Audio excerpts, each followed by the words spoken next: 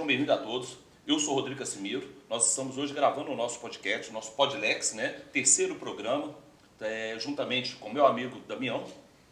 Olá pessoal, tudo bem com vocês? Estamos aí para mais um Podlex. Sejam bem-vindos, né? Mais um dia aí feliz por estarmos aqui, né? Para tratarmos de mais temas que são muito relevantes aí para toda a sociedade. Prazer poder estar aqui hoje. Damião, lembrando a todos que aqueles que não se inscreveram no nosso canal no YouTube, se inscrevam. Podlex, tá? No Instagram, @pod_lex. Mas todos se inscrevam e ativem o sininho. Damião, faça as honras do nosso convidado. Gente, e hoje, né, nós temos aqui o prazer de receber o nosso amigo Pete Valverde, né, que está aqui, que mais uma vez não, porque é a primeira vez que ele está aqui, mas que prontamente também, assim como os outros convidados, prontamente aceitaram o nosso convite para estar aqui hoje, para um bate-papo sobre o mundo jurídico, sobre diversos assuntos. O Pete, eu vou ter que ler aqui o currículo do Pete, gente, vocês me permitam, porque o Pete já tem uma vasta experiência na área jurídica, e aí eu vou ter que ler o currículo dele, que é vasto, é extenso, né? O Pete é especialista em Direito Processual Civil pela PUC Minas, servidor público há 16 anos do Tribunal de Justiça. Gente, o Pete tem 8 pós-graduação, tá? Entre direito civil, previdenciário, criminal, empresarial, constitucional. Então é alguém que tem muita bagagem para estar aqui hoje, e sempre essa foi a nossa proposta, de trazermos sempre convidados que de fato contribuam para toda a sociedade jurídica, para a sociedade acadêmica e para a sociedade em geral, né? E atualmente ele está como servidor da 4ª Vara Civil, né, aqui do Fórum de Contagem, né? Então, muito bem-vindo, Pete. É um prazer te receber aqui hoje. Damião, muito obrigado. Estou vendo essas palavras aí, já me lisonjeiam mais. Muito obrigado aí pela gentileza e pelo carinho. Rodrigo, muito obrigado também pelo convite. Dá uma saudade para o pessoal que está nos assistindo, que está nos ouvindo. Agradeço muito. E eu estou muito feliz de estar aqui. É um convite que traz uma alegria muito grande para mim, que vai me ajudar bastante, vai nos ajudar no nosso trabalho aí, esse bate-papo que vamos ter hoje aqui. Seja bem-vindo, Pete. Muito obrigado. Mais uma vez, faço das palavras do Damião as minhas. Muito obrigado por aceitar esse convite. E esse papo nosso hoje vai ser aquele papo descontraído, igual que já conversamos, iniciamos aí, né, no briefing. É um papo onde nós não vamos atacar ninguém, continuamos exatamente, nosso objetivo é trazer informações. E um detalhe, acho que nós vamos trazer aqui grandes novidades que vão ajudar advogado e população. Correto, Pete? Sim, a gente está aqui para ajudar, para melhorar.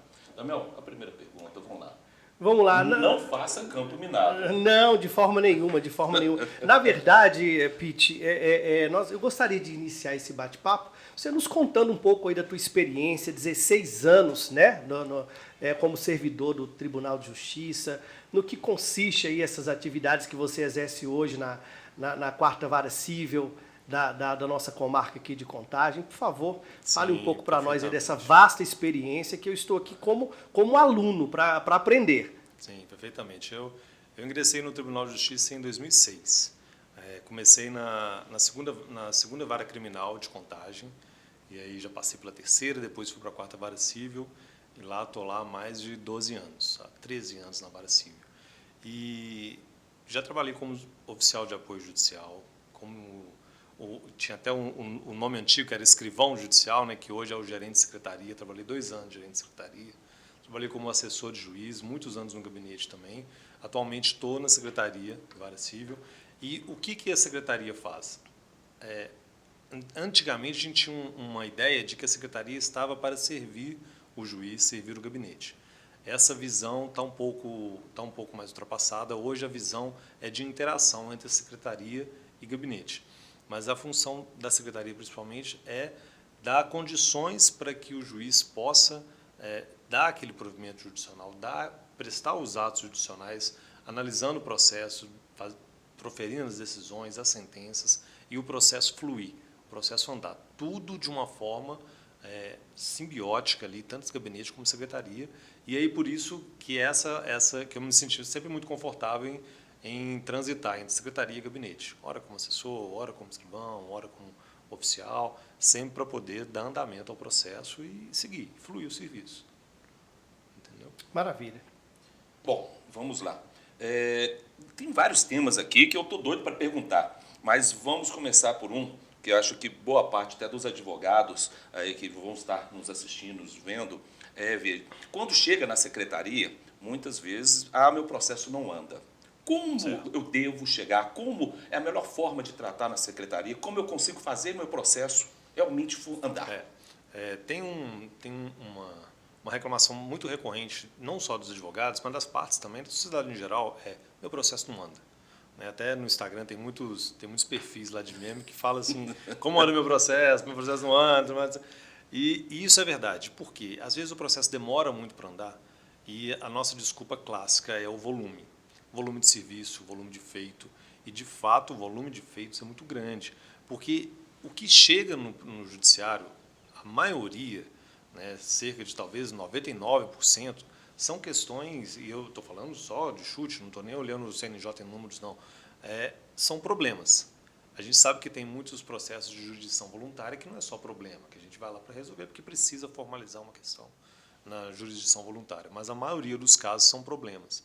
Então, uma sociedade complexa vai ter mais problemas. E a sociedade, com a medida do tempo, vai ficando mais e mais complexa, mais e mais problemas, então um volume muito grande. Então, como é que a gente pode contornar essa ideia do volume num processo? Conversando. Conversando, o advogado ele tem a mania de não todos, claro, não estou generalizando, aliás, eu estou generalizando, mas sabendo que existem muitas questões pontuais, de chegar de uma forma muito combativa, porque, afinal de contas, ninguém quer esperar. Não adianta falar assim, o meu caso é urgente. Todo caso é urgente. Tem um caso extremamente urgente, mas todos os casos são urgentes. Se eu chego aí no judiciário, é porque eu estou com um problema, e o meu problema é urgente. Então, sempre a questão ideal é sempre conversar por quê. Porque, às vezes, ele está travado, está parado, por uma questão até mesmo técnica. Com a implementação do PJE, trouxe um benefício muito grande para a sociedade em relação ao processo físico, que essa facilidade de poder ver o processo à distância, de poder fluir melhor, o juiz trabalhar de casa. O juiz não precisa, se o juiz tiver algum problema de não poder ir até o fórum, o processo não fica parado, ele resolve em casa. Plantões forenses também de final de semana ficam muito mais fácil até com o PJE. No entanto, ele traz algumas questões técnicas que, às vezes, um processo fica meio que no limbo, entre uma pasta e outra, entre uma tarefa e outra. E, às vezes, ele fica meio esquecido ali. Má vontade do servidor? Não. Às vezes é por causa do volume? Também não. Displicência do advogado? Também não. Então, por isso que é muito bom sempre os canais de contato com o judiciário, para poder falar assim, será que dá para dar uma olhadinha lá? Não. Porque, às vezes, é um detalhe bobo, muito, muito simples. É muito comum de um processo estar só com um detalhe bobo que pode pôr para fluir. Então, o ideal é comunicar, sempre comunicar. Só aproveitando para deixar muito claro, o Pete está aqui como um colega, também é formado em Direito, é bacharel, só não está inscrito porque é impedido, mas ele não está falando em nome do Judiciário. Sim. Estamos falando aqui do Pete, da sua experiência, não temos aqui nenhuma conotação, não está trazendo nada, né, Pete? Sim. Quanto ao Judiciário. E aqui é a palavra do Pete, mas a experiência. Eu sinto muito orgulho de trabalhar para o Tribunal de Justiça, visto a camisa do Tribunal de Justiça, mas não estou aqui falando em nome da instituição. Estou aqui para poder tentar conversar com nossos amigos aqui, questões que a gente vê todo dia lá, toda hora. Pessoal, o legal que nós temos aqui, estamos literalmente aqui em lados opostos da mesa, até mesmo porque nós temos aqui uma situação do Pete, 16 anos trabalhando, como servidor no Tribunal de Justiça de Minas Gerais, e desse lado de cá temos dois advogados atuantes. E nós temos aí um trânsito muito bom com toda a advocacia, conversamos diariamente com muitos advogados e temos uma reclamação recorrente, Pete, de atendimentos nas secretarias. Advogados às vezes reclamam que não são bem atendidos, que às vezes a forma que o servidor trata o advogado de uma forma também ríspida. E eu vi aí você fazendo um comentário sobre essa questão de também, às vezes, do advogado ser combativo. E talvez isso possa ser o que gera esse atrito, não sei.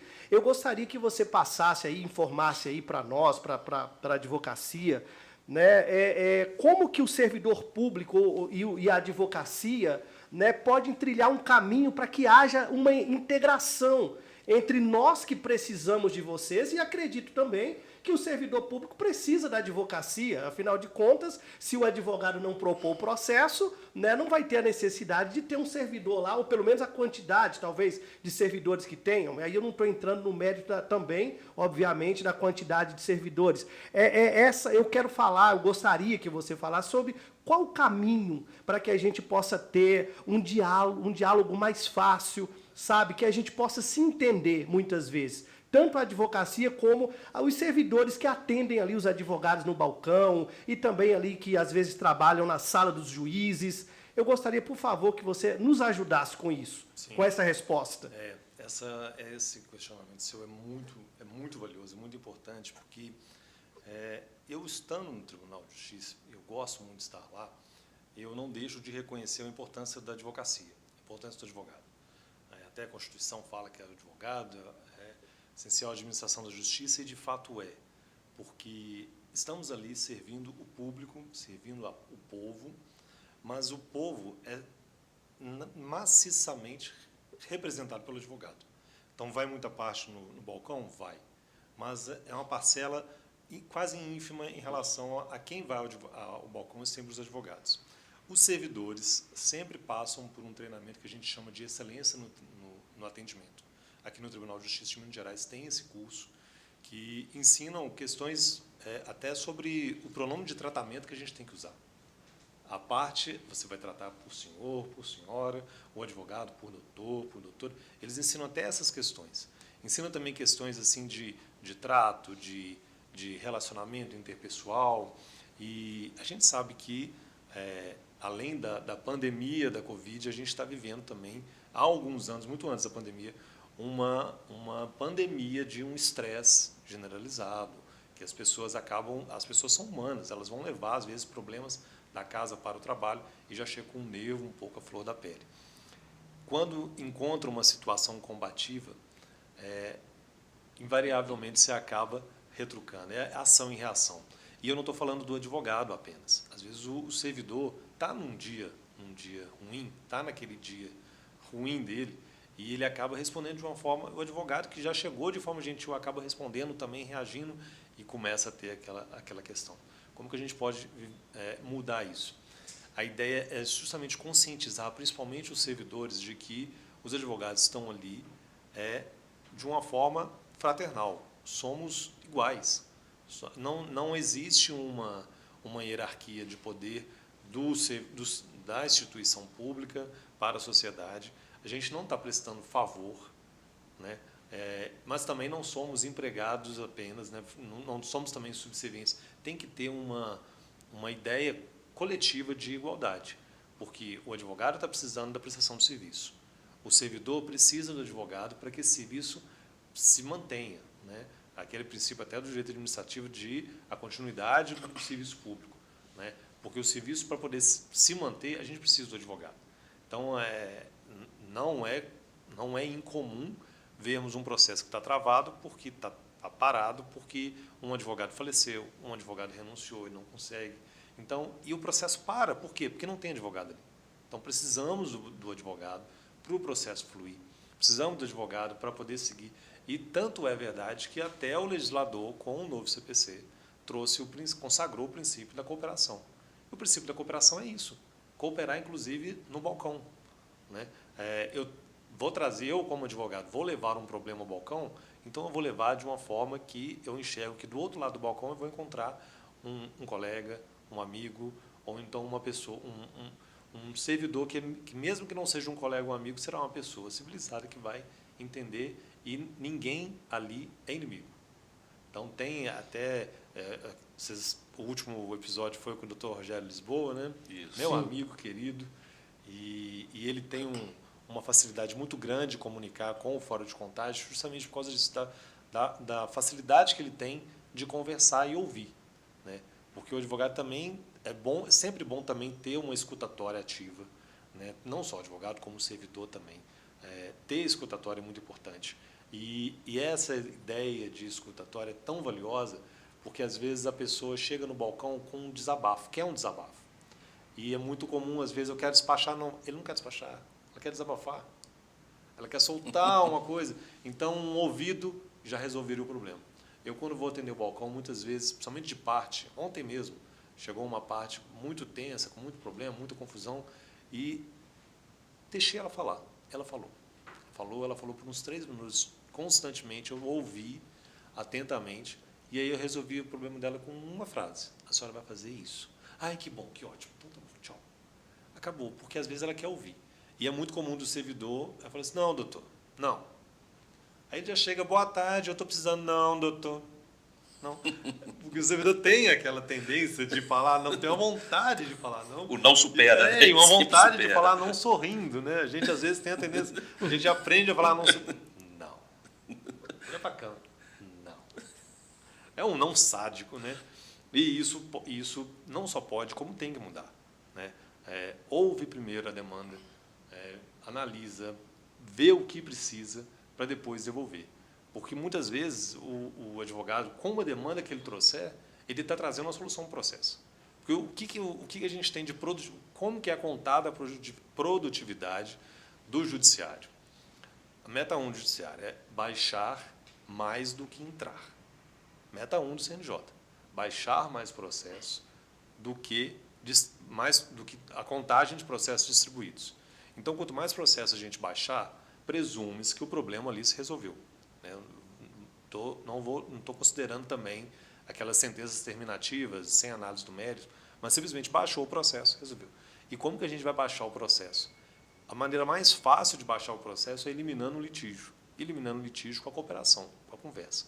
Às vezes o advogado traz uma demanda, uma solução, que o problema dele não é o problema, é a solução do processo.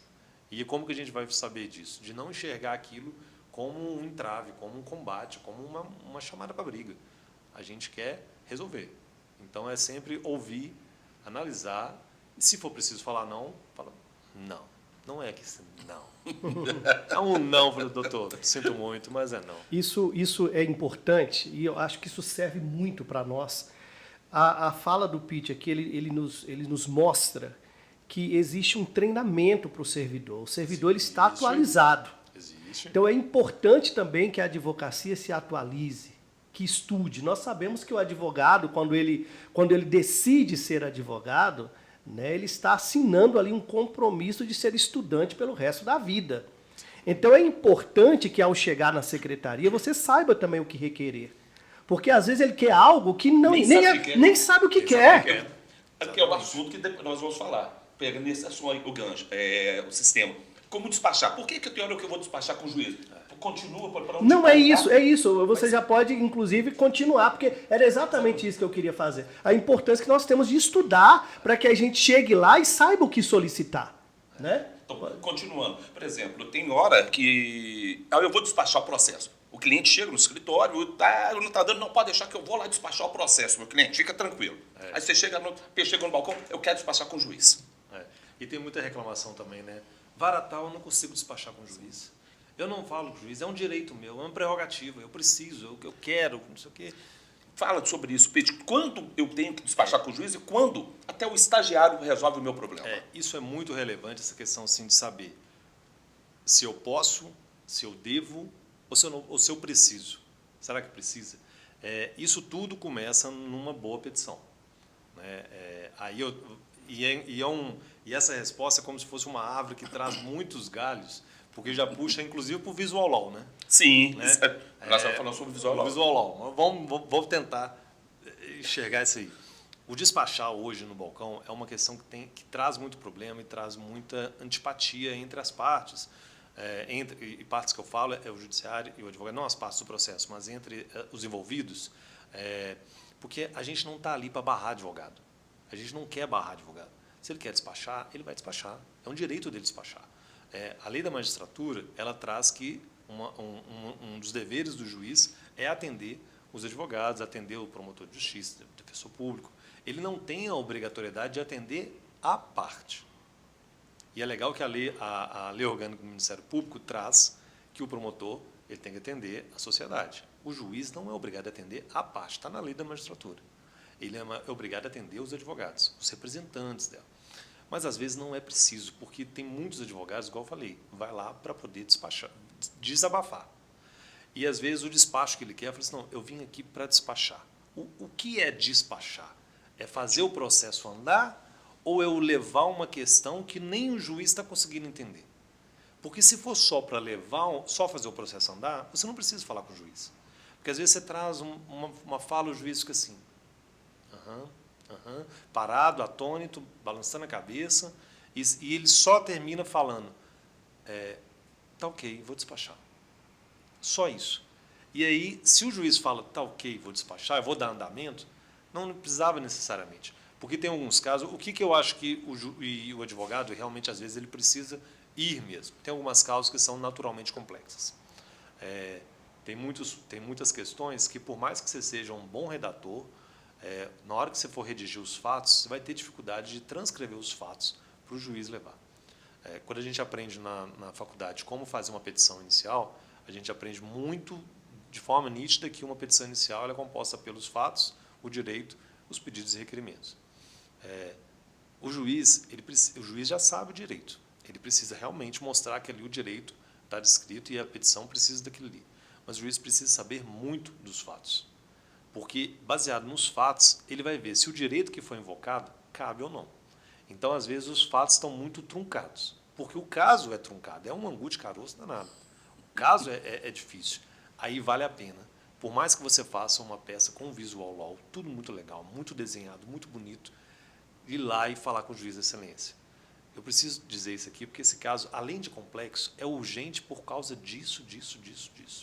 Eu tenho muitos amigos advogados que sempre me perguntam assim, como é que eu devo fazer? Como é que eu faço? Como é que não é?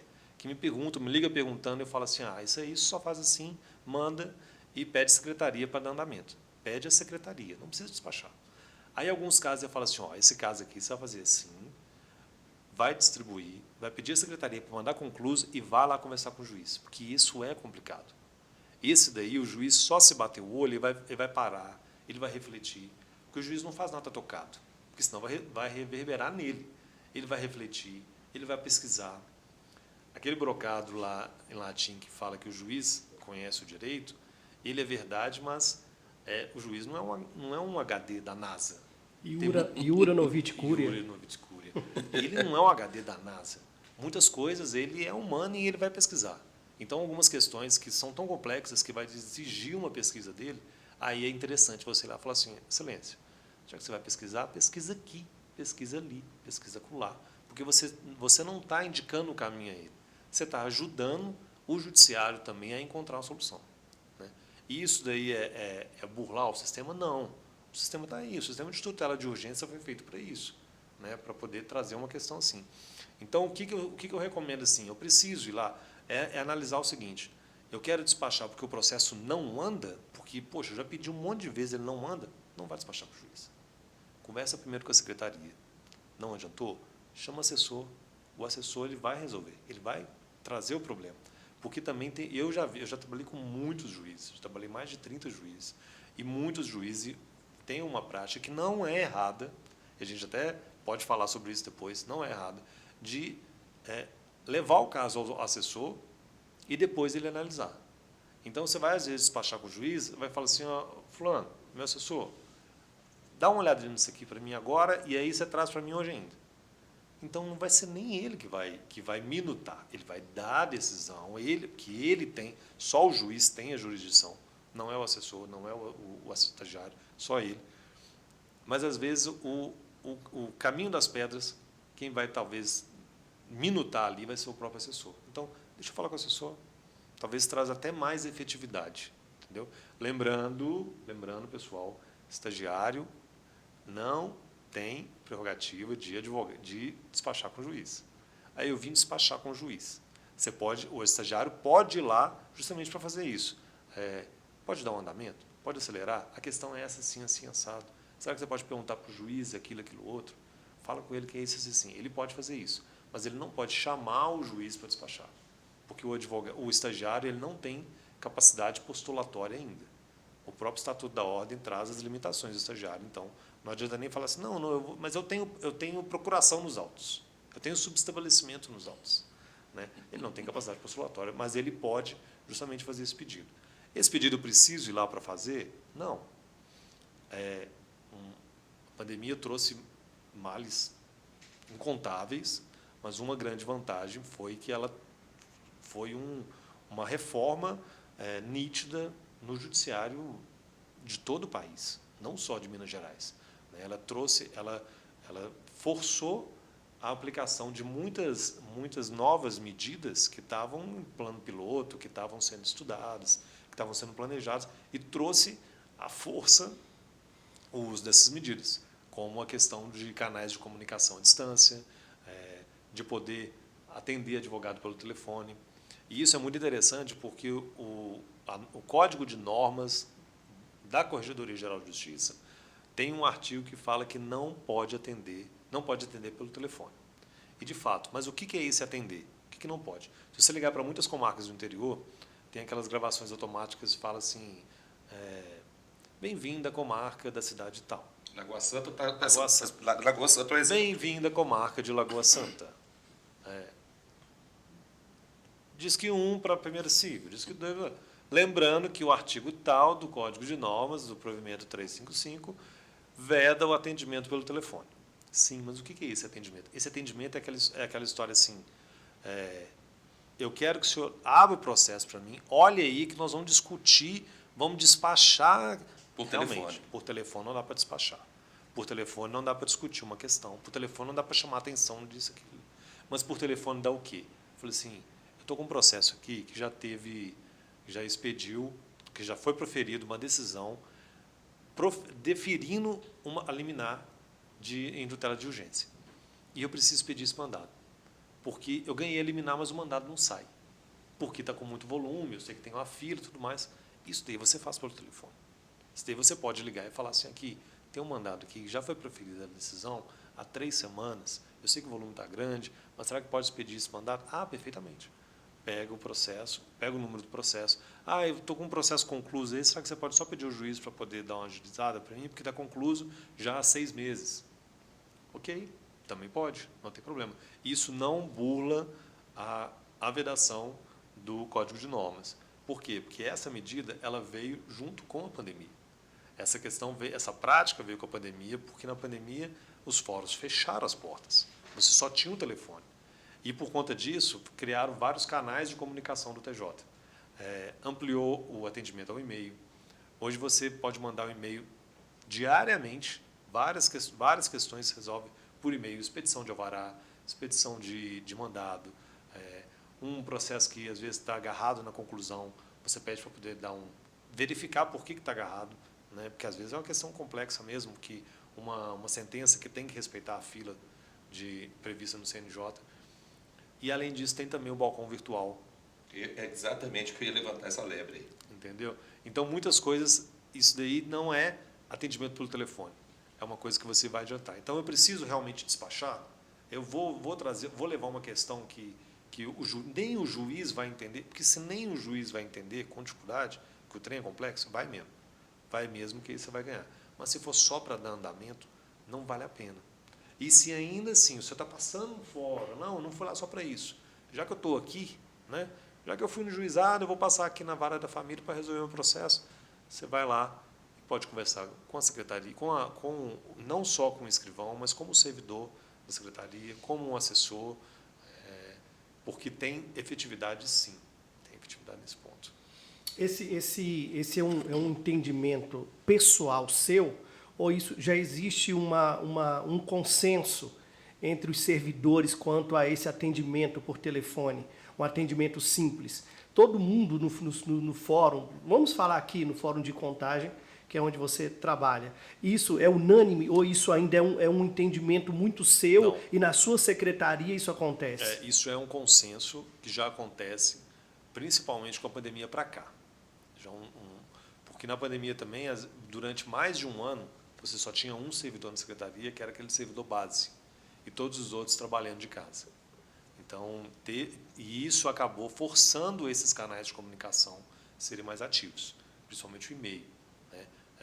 Nós, lá na 4ª Vara Civil, antes mesmo da pandemia, a gente tinha até um projeto piloto lá pela doutora Mônica Silveira Vieira, que é a nossa juíza, que ela disponibilizava um e-mail de um projeto que a gente chamava assim, Posso Ajudar. Esse Posso Ajudar era justamente levar a sua demanda por e-mail para a gente poder, para não precisar despachar, para não chegar ao balcão e o processo fluir. Porque sempre pensando nessa ideia de cooperação. Depois da pandemia, isso passou a ser unânime, né? Passou a ser um consenso. Vão encontrar secretarias que vão dizer não? Sim, porque a gente tem que pensar também que é o seguinte, tem uma frase que eu escuto demais no balcão há mais de anos, é assim, eu consegui isso na vara tal, porque lá na secretaria tal o pessoal faz isso, por que aqui não faz? A gente tem que analisar o que você conseguiu lá, é o que está na norma ou é fora da norma? Porque essa ideia, porque existe padronizações, existem padrões para poder unificar o atendimento em todo lugar. Só que cada lugar vai tentando adequar da maneira que for melhor e alguns juízos acabam também agindo de uma forma diferente. Senão, não vou facilitar. Abre algumas exceções. Abre algumas exceções, sempre pensando no serviço. É para privilegiar alguém? Não, não é para privilegiar ninguém, porque isso seria advocacia administrativa, isso não só é Sim. proibido, como é até crime. Mas é justamente pensando na fluidez do serviço, né? Igual tem alguns casos um caso que eu já vi muito recente de um processo que precisava expedir uma nova guia de custas, né? E o procedimento seria mandar para o contador, esperar voltar, fazer uma carga, olhar isso. Então, eu ia gastar semanas, às vezes, com esse procedimento burocrático. Se eu pedisse a parte para guardar um pouquinho, ir na contador, fazer uma carga ali imediatamente, levar para a contadoria, e a contadoria ver se pode ver o caso ali naquele momento para resolver ali, isso não é privilegiar ninguém, é privilegiar o andamento do processo, porque só pendia isso para acabar. Só faltava isso para o processo acabar. E o processo acabou, tchau. Resolveu isso, mais um processo baixado. Então, e aí as padronizações, a gente tem que respeitar, mas sempre pensando o seguinte, eu consegui aquilo na secretaria porque aquela secretaria está fazendo o padrão ou porque aquilo ali fluiu no serviço ali, porque aquilo ali fluiu naquele momento, entendeu? Então, eu não posso simplesmente, eu consegui resolver fluir num serviço e vou usar isso como padrão. Não, eu tenho que sempre ter ciência do que é o padrão para até poder fluir. E isso é um consenso também, né? O balcão virtual, ele também surgiu na pandemia e é uma coisa fantástica. Está funcionando efetivamente, Não, Pete? não, ainda não. Por quê? Por uma questão burocrática de problema de licitação. Por quê? Porque o que consiste o balcão virtual? O balcão virtual é o seguinte, você entra no site, você, que eu falo, o advogado ou a parte, não só advogado, mas qualquer jurisdicionado, qualquer pessoa da sociedade, vai no site do tribunal, lá está escrito lá, balcão virtual. Lá no site do tribunal, você vai entrar numa plataforma que você pode conversar via chat por escrito, ou mandar e-mail, ou fazer uma videochamada, seja com vídeo ou com voz, conversar com voz. Para isso, as duas partes têm que estar com equipamento, né? Com câmera, Okay. com áudio. Pode ser feito isso por um smartphone, por um tablet que tem uma câmera integrada, ou pelo computador que tem uma câmera. Muitas secretarias ainda não têm essa câmera. E isso que está pendente ainda, essa fluidez do serviço. E o que é? É justamente ir lá, chamar, o servidor vai ficar aberto, o sistema vai estar aberto, que o servidor vai logar. Qualquer servidor pode fazer isso, porque é o login e senha da intranet. E todo servidor tem isso. Então, qualquer servidor pode fazer isso, não precisa ser só o gerente de secretaria, não precisa ser o juiz, não precisa ser o assessor, qualquer servidor de secretaria pode fazer isso, né? Isso vai depender da gestão de cada juízo. E ele vai deixar aquilo ali aberto, esperando chegar, né? Até eu sempre brincava, às vezes, no balcão, quando chegava a hora do meu balcão, eu falava assim, pode chegar, freguês. O balcão virtual é uma coisa, pode chegar, freguês, fica lá aberto. E a pessoa pode entrar ou pode agendar um atendimento, pode fazer isso. E ele é fantástico. Ainda não está 100% aplicado, justamente por essa questão que muitas varas não têm ainda, a webcam que o tribunal forneceu, porque teve um problema de licitação, né? Porque sendo no serviço público, você não pode enfiar a mão no bolso, sempre passar por esse processo democrático de licitação. E aí, mas a questão do chat, ele ainda funciona. Então, não depende só... O chat está funcionando. O chat então. funciona. O chat funciona. Você pode conversar via chat e vai lá e resolve a questão via chat. Só que tem um porém. Tem que haver também, aí eu faço até vou clamar aí até para os advogados, para a sociedade, para ele funcionar, para ele fazer valer, essa ferramenta tem que ser utilizada. Então, o advogado ele também tem que insistir nisso. Eu vou fazer funcionar. Porque eu não vejo ninguém buscando balcão virtual. Vou te falar, Mas é fantástico. Ele é fantástico. É a mesma coisa de você chegar na secretaria, lá no balcão, e resolver. É a mesmíssima coisa. O servidor vai estar sentado na mesa dele, diante do computador. O senhor falar assim, ó, eu quero resolver a questão do processo tal. E é legal que não é atendimento pelo telefone, vedado pelo Código de Normas. Ali no balcão virtual, você tem uma infinidade de coisas que você pode fazer, uma plenitude de coisas que você pode fazer, não tem limitação. Eu falei assim, eu quero ver o processo tal. Aí o servidor, só um minuto, vai entrar na mesma tela, ele vai entrar no PJE, vai olhar o processo. Ah, não, é um processo físico. Ok, então vou entrar no Siscom, vou pegar o processo de papel, vou olhar e vou falar para ele, ó, o seu processo está com um problema assim, assim, assado. Mas não está sendo buscado isso. Então quer dizer que os advogados hoje não buscam isso da forma. Mas pode ser. Não busca. Pode ser que o motivo de não buscar isso hoje não seja exatamente para essa descrença, não vai funcionar. E acho que então esse bate-papo nosso é muito bom para você, colega advogado. Agora está vendo. Olha só, tem uma plataforma que funciona, tem um sistema que funciona. E só não está melhor porque não está usando. Funciona. Ele está em desuso. E o que acontece? E isso é cíclico, né? Se não usa, o servidor pensa assim, não preciso nem abrir, porque ninguém vai buscar. Se usar, se houver uma demanda para isso, aí vai ter uma pressão maior para poder pôr para funcionar as questões. Onde não está funcionando, vai funcionar. Entendeu? E isso é muito bom para todo mundo. Pode haver um revezamento maior. O balcão virtual, às vezes, pode ser feito até por um servidor de teletrabalho, porque tem muitos servidores agora em teletrabalho. Eu mesmo trabalho 2 vezes por semana em teletrabalho. Né? Então, eu posso fazer um atendimento de balcão no meu home office, porque é tudo via internet. E aí isso demanda também, o serviço está lá. Tem uma limitação técnica por causa da câmara, beleza. Então, se eu fizer um balcão virtual por aquele servidor que está no teletrabalho, a casa dele tem câmera? Tem. Então, ele pode fazer. E só não vai conseguir acessar o processo físico, mas as outras. Exatamente. O eletrônico ele vai tocar. Exatamente. Mas depois de um processo que teve de virtualização, né, nos últimos 2 anos, é muito pouco. É uma fatia, tipo 5% às vezes do acervo.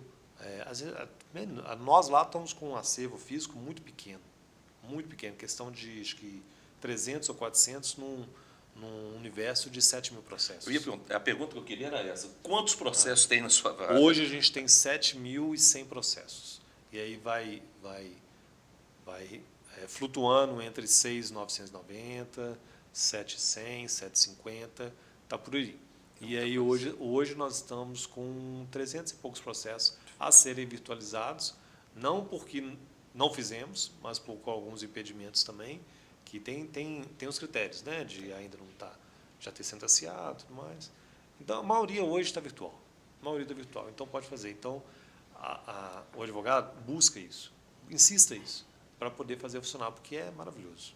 Obrigado. Daniel, vai lá. Pete, é muito comum recebermos, às vezes, ligações de pessoas, clientes, falam, olha, eu tenho um processo e meu processo não anda.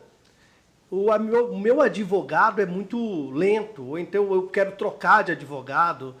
E muitas vezes, quando é uma situação muito extrema, que o cliente insiste demais, e a gente faz todo o trâmite, né, de enviar, né, às vezes, a revogação da procuração para o outro procurador, e fazer todo o trâmite legal, né, de forma que a gente não fira a nossa ética profissional, muitas vezes o processo está todo ok.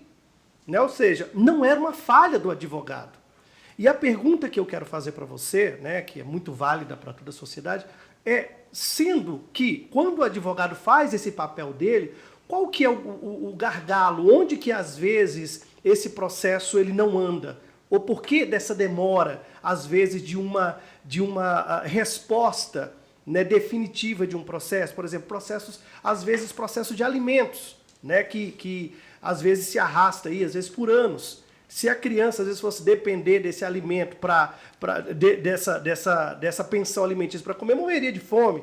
Né? E assim, a gente sabe que às vezes é algo que é muito mais além. E é importante você estar aqui hoje para que a gente possa esclarecer isso um pouco mais. Né? A gente sabe que cada caso é um caso, existem casos, né, que houve uma falha talvez do profissional de advocacia, a gente não sabe, mas às vezes não foi isso que aconteceu, o processo foi todo bem instruído e tem essa demora. Então eu gostaria que você pudesse dar essa explicação, essa resposta, digamos assim, né, para as pessoas que nos assistem, principalmente aqueles que não são advogados, que têm um processo e falam meu processo não anda, e às vezes culpam o advogado.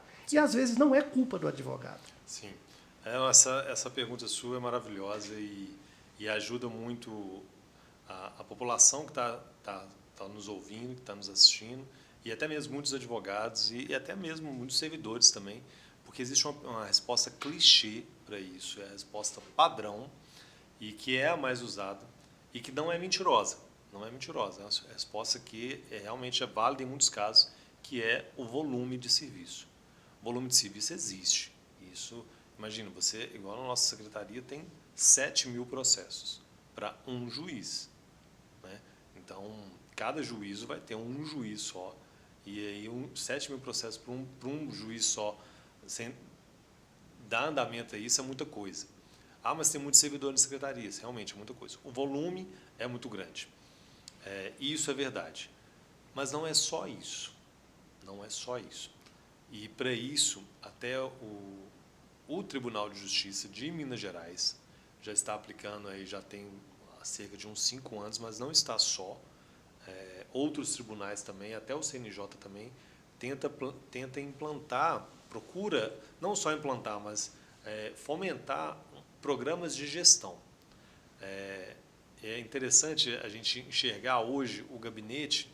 Antigamente você tinha só o juiz e o assessor. Mais antigamente ainda, só o juiz.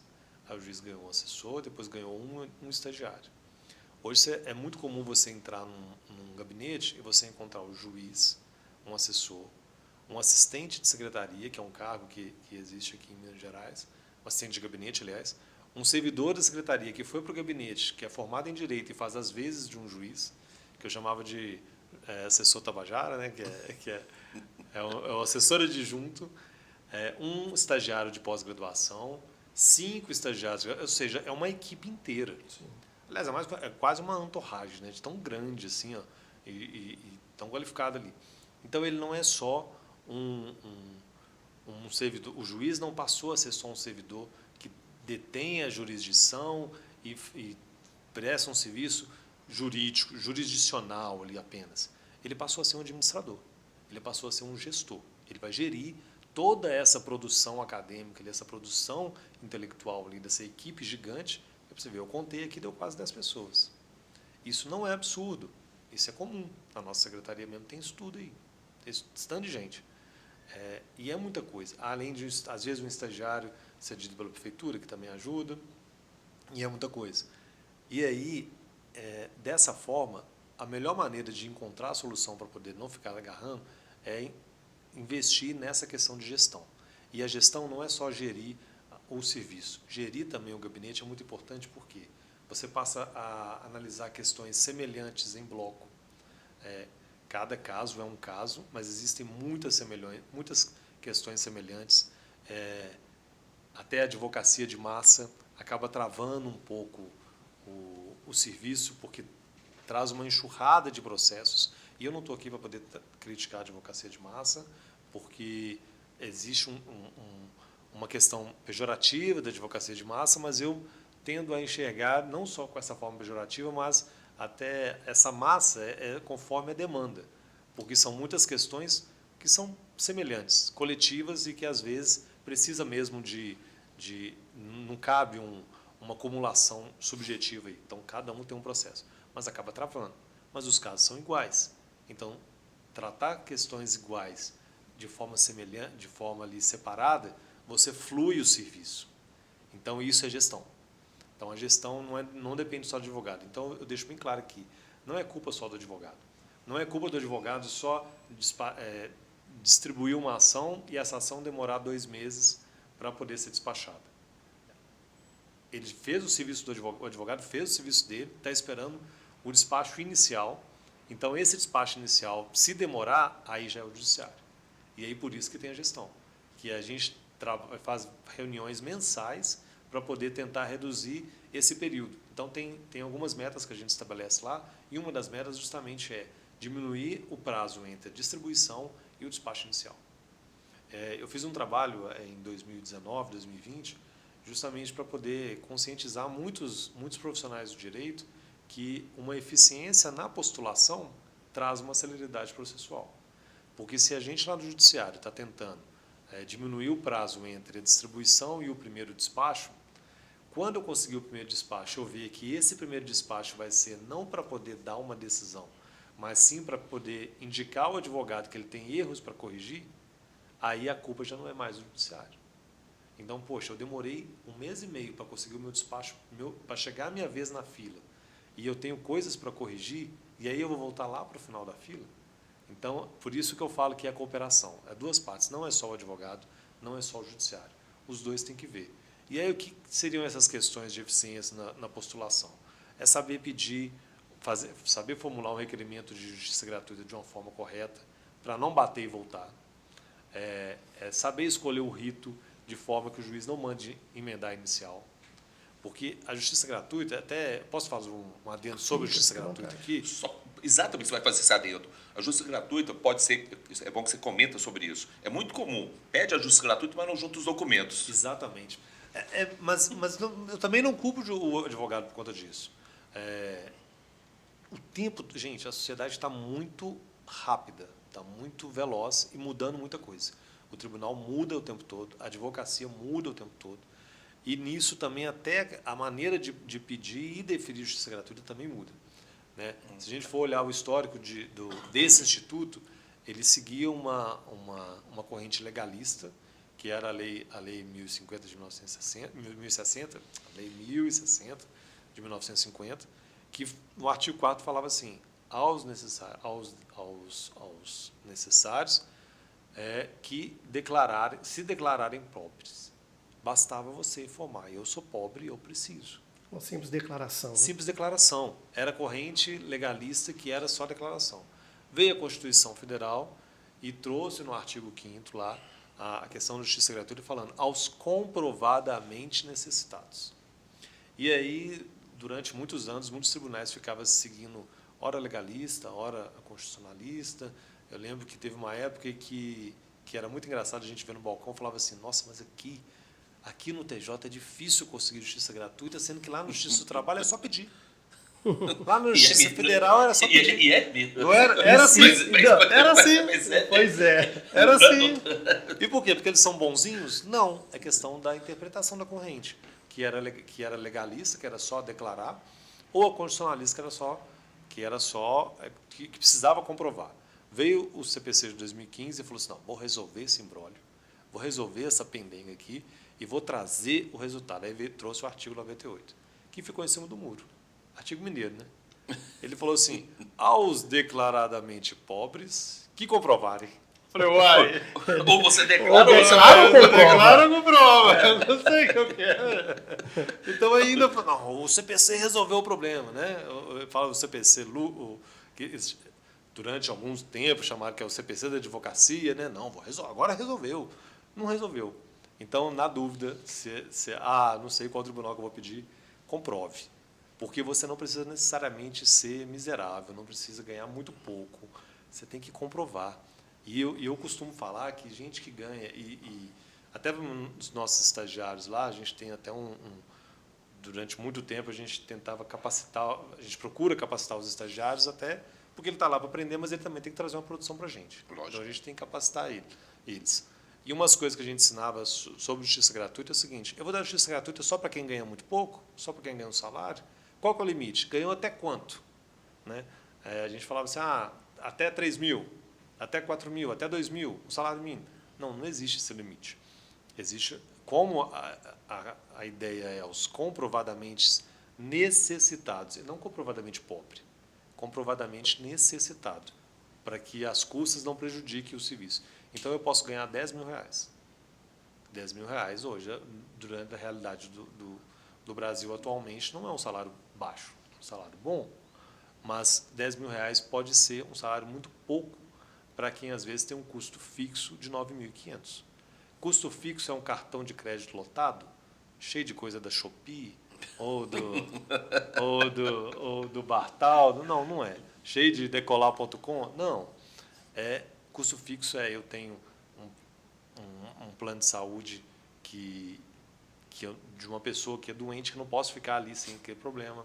Eu tenho custos com os filhos, com casa, com isso. Questões que são realmente que eu não consigo evitar para sobreviver.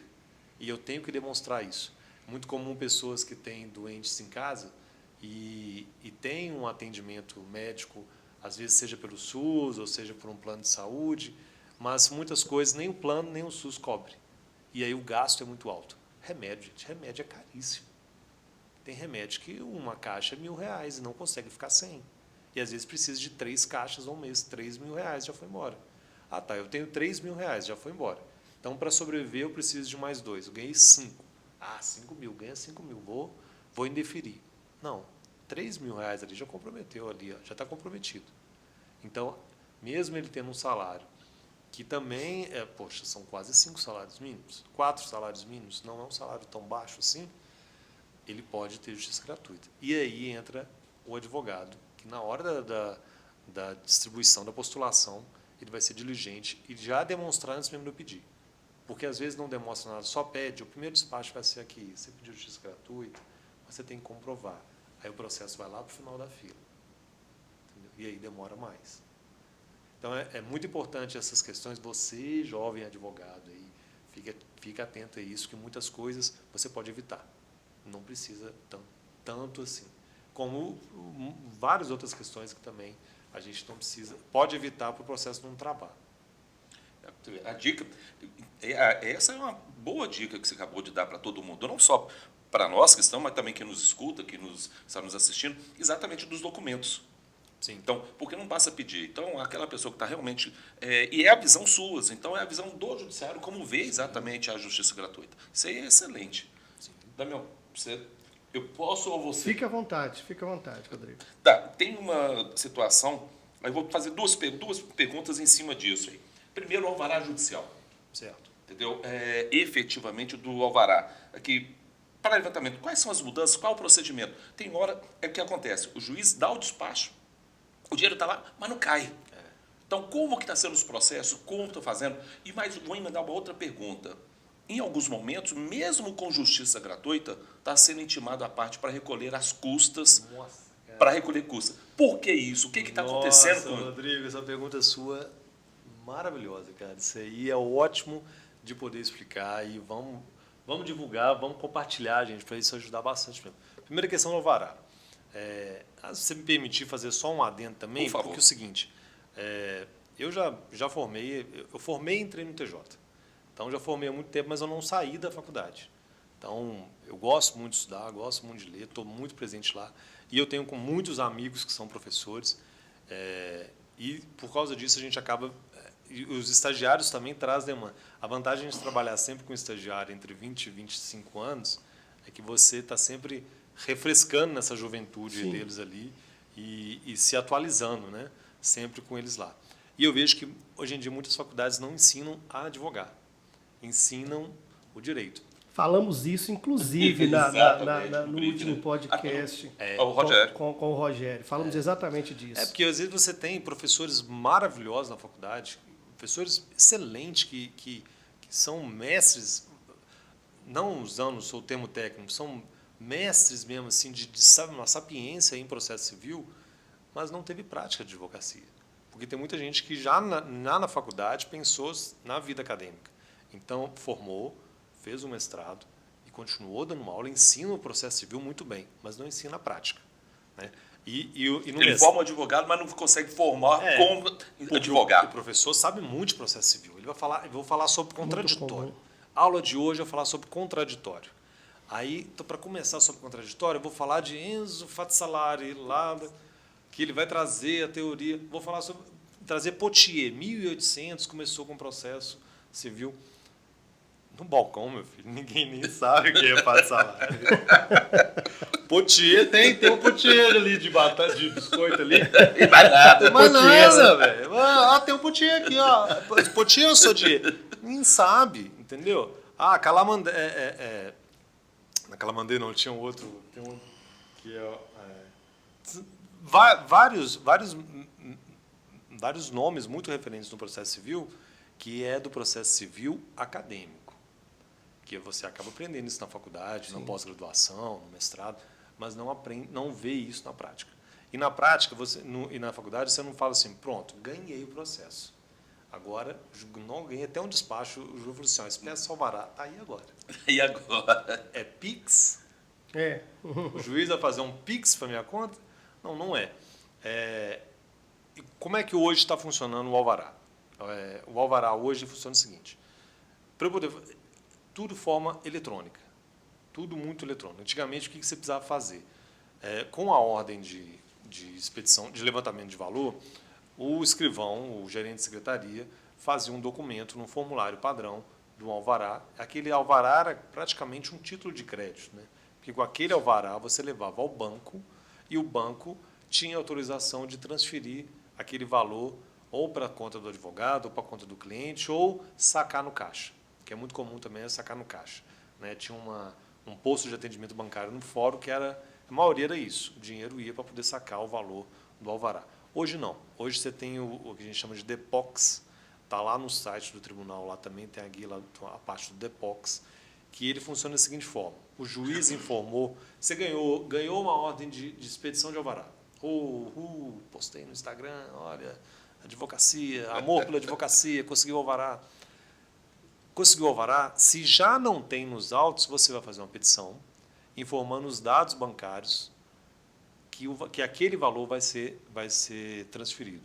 Porque o gerente de secretaria vai no sistema lá do Depox e vai lançar os dados do processo. Vai informar a ordem do juiz e tudo mais e informar o valor. Ele vai informar o valor histórico ou ele vai dizer para poder expedir todo o valor que está naquela conta judicial. Se tem um depósito só e é só uma pessoa favorecida ali, ele nem vai informar o valor. Ele vai informar tudo que está nessa conta aí, você vai trazer e aí atualiza todo dia, né? Atualização, correção monetária e, salvo engano, também pela TR também. Então, tem atualização todo dia. E é até engraçado que tinha um processo lá na secretaria lá de um valor muito alto e a gente via, e às vezes demorou a juíza acabou entrando de férias, teve que, como era muito alto, o juiz substituto não quis assumir essa responsabilidade de assinar, né, porque tem isso também, né?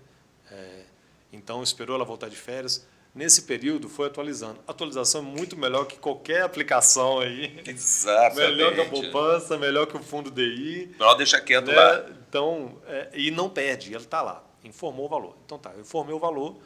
O escrivão vai expedir essa ordem, o alvará é tudo eletrônico. Ele vai mandar essa ordem para o Banco do Brasil, que está gerindo esses depósitos judiciais atualmente, vai mandar essa ordem para o Banco do Brasil e ele vai transferir para a conta que foi informada, seja para o advogado, seja para a parte, seja para quem for.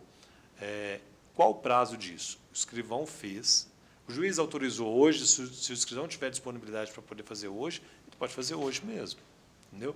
Às vezes ele demora porque às vezes tem outros na fila. Porque se o seu alvará é de 1 milhão, ele tem o mesmo valor para o escrivão no alvará de R$100.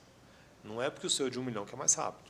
Entendeu? Se o seu for de 1 milhão e demorar mais que o de R$100, bom para você, porque o seu rendimento vai ser bastante alto. Mas e aí, depois que ele fez isso, aí o tempo do banco transferir o valor são várias questões. Às vezes é uma outra instituição diferente do Banco do Brasil que demora um pouco mais, às vezes tem uma pendência técnica que agarra, mas não gasta mais de alguns dias. Às vezes é no mesmo dia, às vezes no dia seguinte. Mas a gente não consegue medir exatamente o tempo, porque já teve várias situações diversas. Mas a questão é essa. Então, eu, advogado, o que eu vou fazer? Comemorei, postei no Instagram, vou fazer uma petição informando os dados para onde que vai. E aí vai fazer isso. Se for uma questão eu vou distribuir valor para fulano, valor para cicrano, já informar na petição. Não, é porque é R$1.000 para a conta X, que é da parte, é R$300 para a parte Y, que é do advogado, e está ali.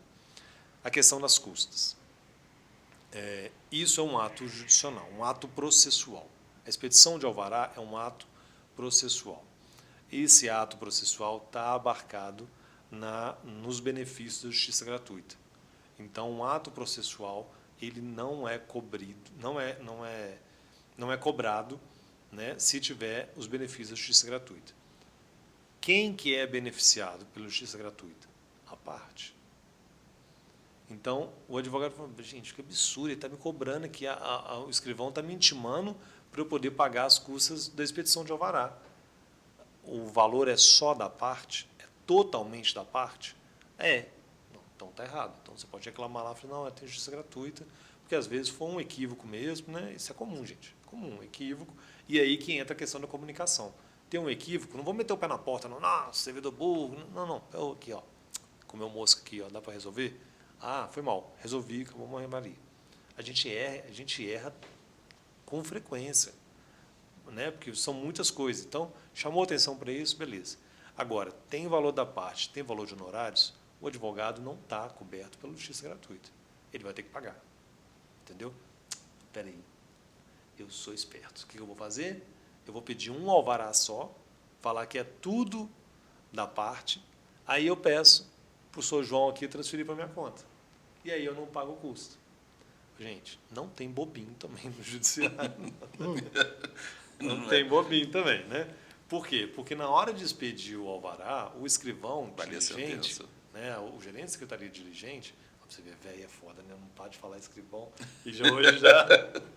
não consegue parar de falar escrivão, é gerente de secretaria. O gerente de secretaria, ele vai ver qual que é a ordem do juiz. A ordem do juiz é que aquele valor parte do advogado. E isso é uma proteção ao advogado.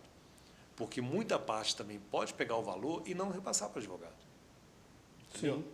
Então não adianta. Então tá bom. Então vou fazer o seguinte: essa parte é só do advogado, aí você transfere para. Essa parte é só da parte, então você transfere para a minha conta advogado. Aí não, né? Aí não dá, né? Então, se a parte é só da parte, então me dá a conta da parte. E mesmo tendo a ordem lá de honorários, eu vou abrir mão dos meus honorários, pode dar tudo para ele, não tem problema não. Então, que informe os dados da parte, não informa as partes do advogado. Então, aí que tem, não vamos tentar dar nó em pingo d'água, não. Né, até o próprio nome do podcast faz, né? A lei é dura, mas é a lei. Né? Sim. Então, dá a César o que é de César, né? E vamos seguir nesse ponto. Respondeu? Excelente, muito excelente. Bom. Estamos tendo literalmente uma aula aqui hoje, né? E eu só gostaria de aproveitar essa oportunidade para colocar uma pimentinha aqui na... Estava sentindo falta das bombas. Na nossa... O Campinado. O Campinado agora no podcast. É uma pergunta muito... Nós, advogados, às vezes, ao lermos uma sentença, né, obviamente... não por algum erro necessariamente, mas às vezes temos a impressão que a pessoa que deu a sentença não foi a mesma pessoa que presidiu a audiência, né? Por alguma situação, porque existem processos que o advogado vive ele à flor da pele. Sim. Né? Existem situações, né? E é importante falar isso aqui para você, um pouco do nosso lado. Existem situações que literalmente a gente vive a dor do cliente, né? Afinal de contas, advogados, vindo aí de advocatus, né, do latim, aquele que é chamado a socorrer. Né? Eu costumo dizer que eu tenho alma de advogado. Né? Eu não me vejo fazendo outra coisa a médio ou a longo prazo que não seja advocacia. É algo que eu faço com muito prazer. Sem contar, às vezes, um processo da sua família. Sim. Um processo seu. Sim. Um processo de algum parente, de um amigo, que você está vivendo aquele processo. Muitas vezes a gente vive isso na pele. Existem situações que a gente perde o sono muitas vezes, porque a gente fica numa expectativa, numa situação. Mas, enfim, não é desse ponto que eu quero falar. Eu quero, na verdade, fazer uma pergunta de $1 milhão. Oi! Vai. Oi! Vai lá. Por que temos a impressão que algumas sentenças não são redigidas pelo juiz? Como que acontece isso lá dentro?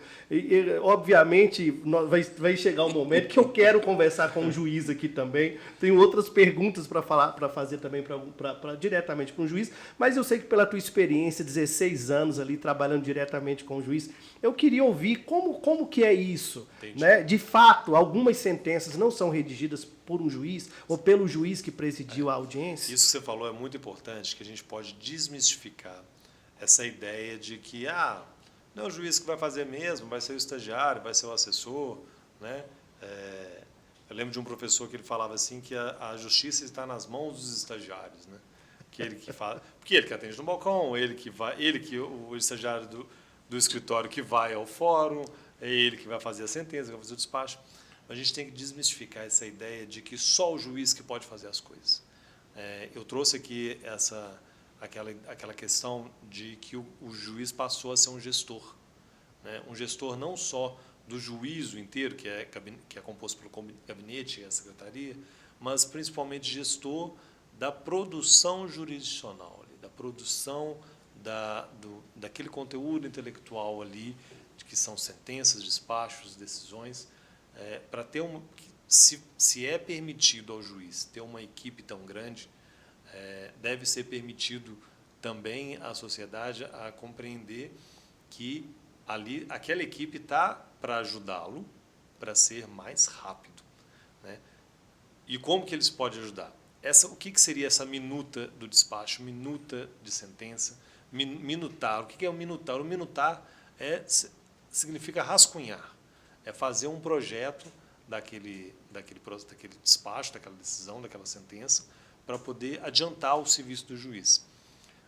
Tem processos que às vezes a gente gasta um dia inteiro fazendo só o relatório, que é uma questão tão complexa, tão grande, tão confusa, que foram feitos 20 pedidos iniciais e todo pedido tem que ter o atendimento do juiz, ainda que ele responda aquela questão em uma frase. Mas ela tem que ser. Tem que ser respondida. Uma frase só. Tá. Incabível por conta disso, daquilo, aquilo outro. Tal pedido ficou prejudicado por conta do pedido. O pedido letra D ficou prejudicado por causa do pedido letra C. Mas ele tem que apreciar tudo aquilo ali. Isso, às vezes, acaba fazendo uma sentença de 20 laudas. Se tiver um assessor, um assistente, ou até mesmo um estagiário de pós-graduação ou de graduação que está capacitado para poder minutar aquilo e adiantar para o juiz, quem ganha é a sociedade. Por quê? Porque ele vai produzir mais. O juiz não vai gastar um dia inteiro fazendo aquele despacho. Ele já adiantou muito a redação e aí ele vai trazer o conhecimento jurídico dele, né, o notável saber jurídico dele, porque ali, o que a gente espera do juiz? Sensibilidade, aquela sensibilidade salomônica, né, para poder julgar, aliada ao conhecimento técnico que ele tem. E, invariavelmente, a gente esperamos, e isso que a gente enxerga muito, que de toda aquela equipe, o que tem mais conhecimento técnico ali é o juiz. Não só pelo que ele aprendeu para poder passar no concurso, mas também pela experiência que ele tem. A experiência traz muita coisa. Não é incomum a gente ver juízes que são extremamente capacitados, que passaram no concurso com as melhores notas, mas na prática encontra dificuldade. Porque a prática não é o que a gente aprende na academia. Às vezes você vai estudar, principalmente no direito penal é direto. No direito penal é muito comum a gente se matar para poder aprender teoria do crime,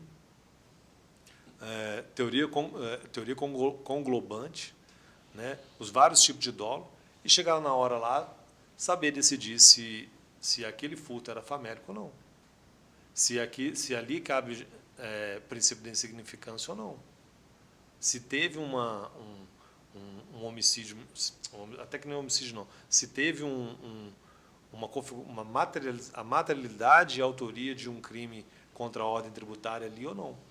Porque o que vai me adiantar, às vezes, saber muito bem da teoria da cegueira deliberada, né, que é a teoria que tenta trabalhar a questão do dolo, vou fechar os olhos para não configurar o dolo, num processo de furto famélico. Não vai dar. Então, eu fico um papa em direito penal, mas na prática eu não consigo dar não consigo fazer uma dosimetria de pena de um sujeito que roubou 2 shampoos, mas que não poderia ter por um motivo específico, não ter um princípio de insignificância, que tem os critérios. Então, até o juiz também vai aprimorando aquele conhecimento dele com a prática também, e tudo mais. E essa sensação que você tem, ela não é absurda, ela existe, mas ela não traz prejuízo. Porque o juiz, mesmo que às vezes não imprima a redação dele ali, e a redação é muito interessante, que já teve alguns estudos nos Estados Unidos que tentou identificar o Unabomber, né, que tem até uma série na Netflix, que traz um caso real de um terrorista que foi identificado pelo estilo de escrita dele. Então, às vezes, você imprime uma identidade na sua maneira. Se você pegar um texto do José Saramago, qualquer texto, Sai sobre a Cegueira, Homem Duplicado, qualquer coisa, a maneira como ele escreve, se você não vê o título, não vê a capa, você bater o olho, você já leu alguma vez José Saramago, você vai olhar e falar assim, esse texto aqui é do Saramago. Se você vê um texto, às vezes, se você já leu muitos textos do Luiz Fernando Veríssimo, você bate o olho e fala assim, nossa, tem a cara dele. Se não for, é um copiador. Fica o DNA do estilo de escrita. E se aquela sentença não tiver esse DNA do juiz, não vai trazer prejuízo, porque o juiz coloca o DNA lá na parte dispositiva e na fundamentação. Porque o relatório, qualquer pessoa pode fazer o relatório. O importante ali, não é tão relevante que no juizado especial tem a previsão legal de dispensa do relatório. O relatório é nada mais, nada menos que um resumo do processo. Um resumo do processo. É importante, sim, mas ele não vai trazer um prejuízo ali.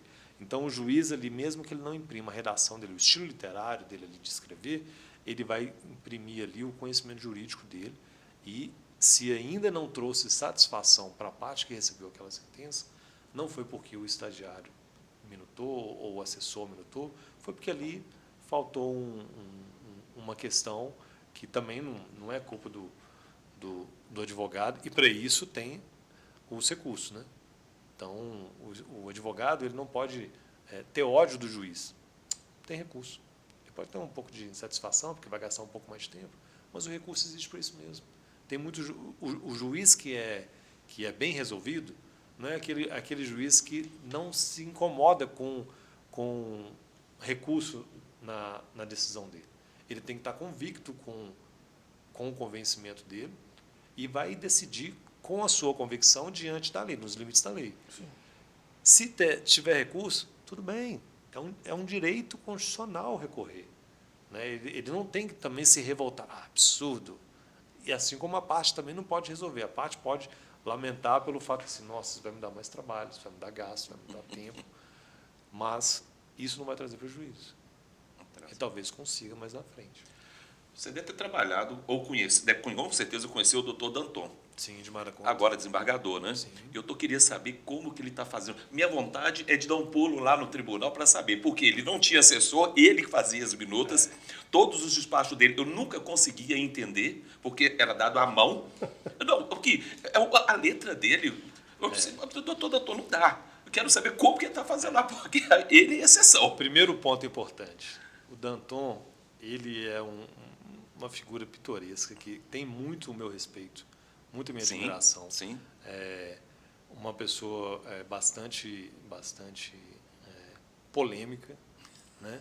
E eu não tenho vergonha de dizer isso, Danton sempre foi polêmico, mas ele é uma inspiração muito grande para mim. Ele sem querer bajular, igual eu falo com ele, não quero puxar seu saco, mas ele é meu ídolo, justamente por conta disso. Primeira coisa, não é doutor Danton, é Danton. Ele detesta essa questão, muita formalidade. Sempre trabalhava sem gravata, né? E o princípio principal dele era a simplicidade para poder trazer eficiência.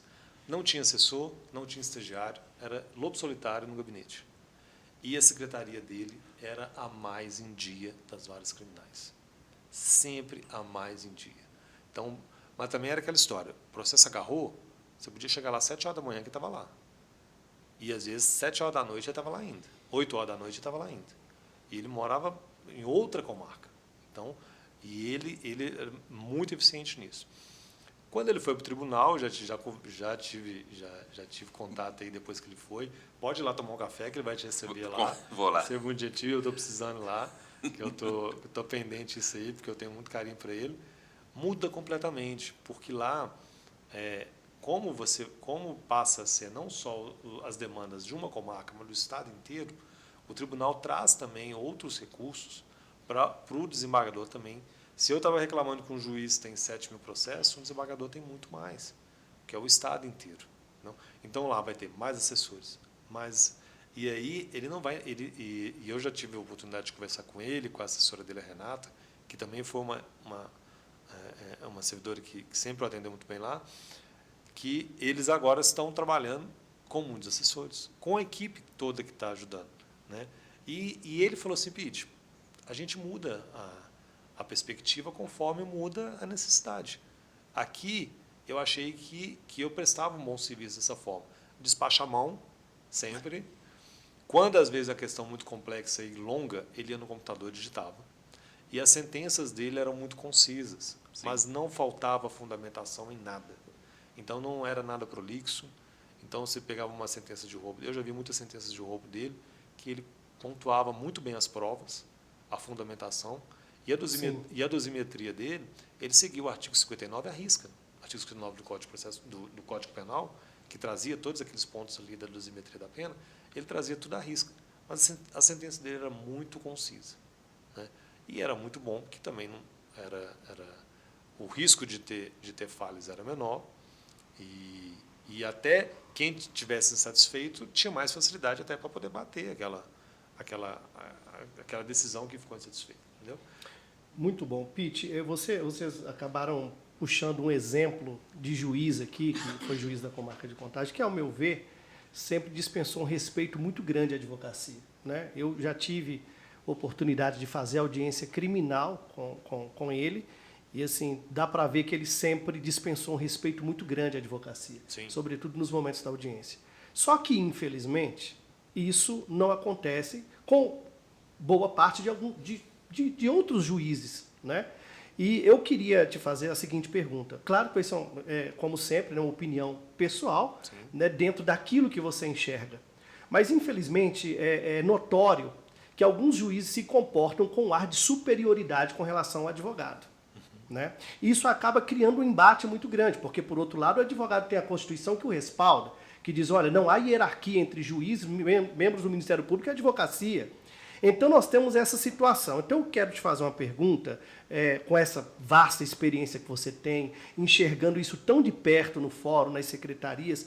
Primeiro, por que isso acontece? Por que nós temos essa impressão, se essa impressão, de fato, ela é real? Primeiro ponto, porque às vezes a gente imagina coisas que não é apenas no nosso imaginário, né? Então, primeira pergunta é essa, tá? Como que você vê isso, se isso de fato acontece, se alguns juízes se comportam e se colocam como se eles fossem superiores à advocacia, e por que isso acontece? Obviamente, alguém poderia falar, poxa, você teria que perguntar isso para um juiz. Quem sabe, talvez, numa outra oportunidade. Eu quero perguntar para você com um olhar de fora, com um olhar apurado de alguém que está enxergando, e não com o agente direto dessa situação. Porque talvez um juiz ele poderia falar sim ou não e tal, mas você acredita que você está enxergando essa situação ali um pouco, né, não tão distante, mas não tão dentro também, porque não é a sua função. Né? Não é a sua função. E a outra pergunta, que é uma pergunta conjugada... Não, é uma pergunta conjugada. É a bomba, né? Depois da sua resposta, como que você enxerga aí, qual seria o caminho para que a gente consiga falar a mesma língua em termos de direito positivado? Advocacia, Ministério Público e Judiciário. Qual seria o caminho para que a gente possa andar junto, para que a sociedade possa ganhar com isso? Sim. Damião, por mais que eu tente trazer aqui minhas opiniões de uma forma bastante isenta, eu tenho medo de acabar sendo um pouco demagogo aí com a resposta. Mas eu vou tentar ser o mais honesto possível e menos demagogo possível. Se eu disser que não existe isso que você falou, eu vou estar mentindo.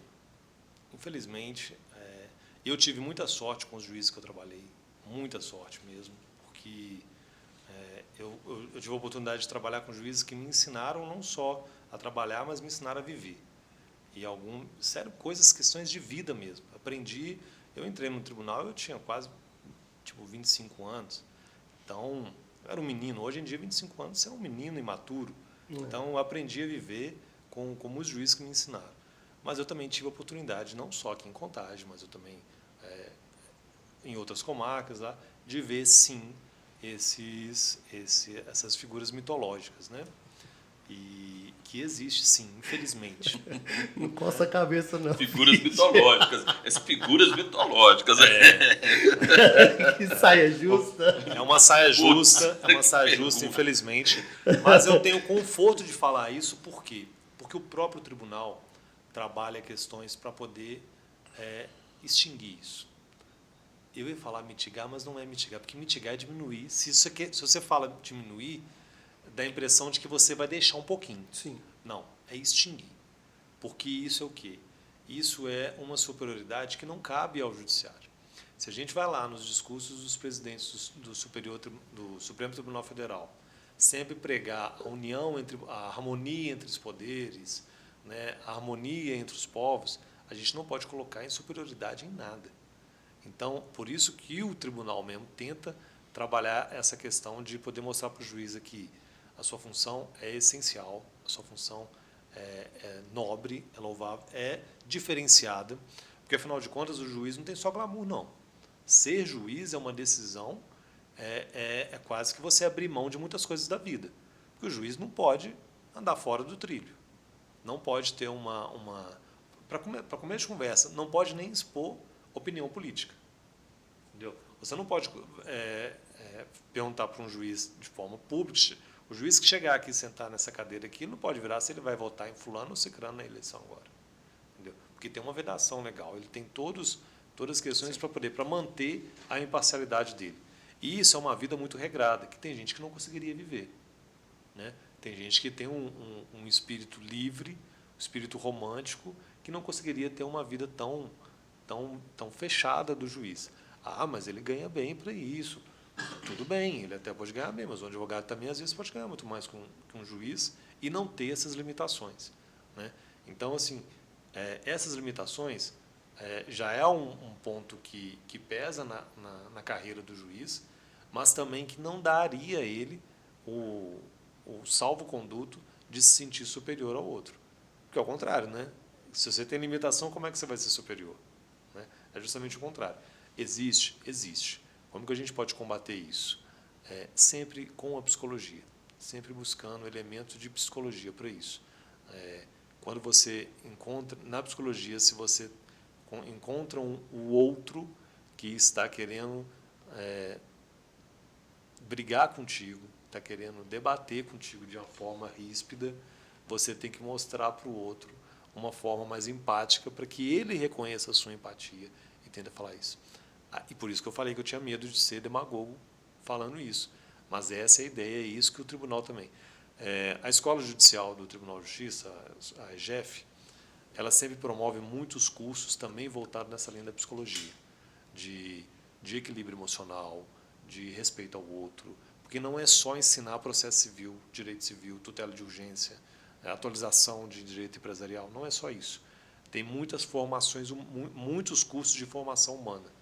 E os que ainda existem dessa forma, e existe, tem sempre que trabalhar essa questão num conceito de formação humana.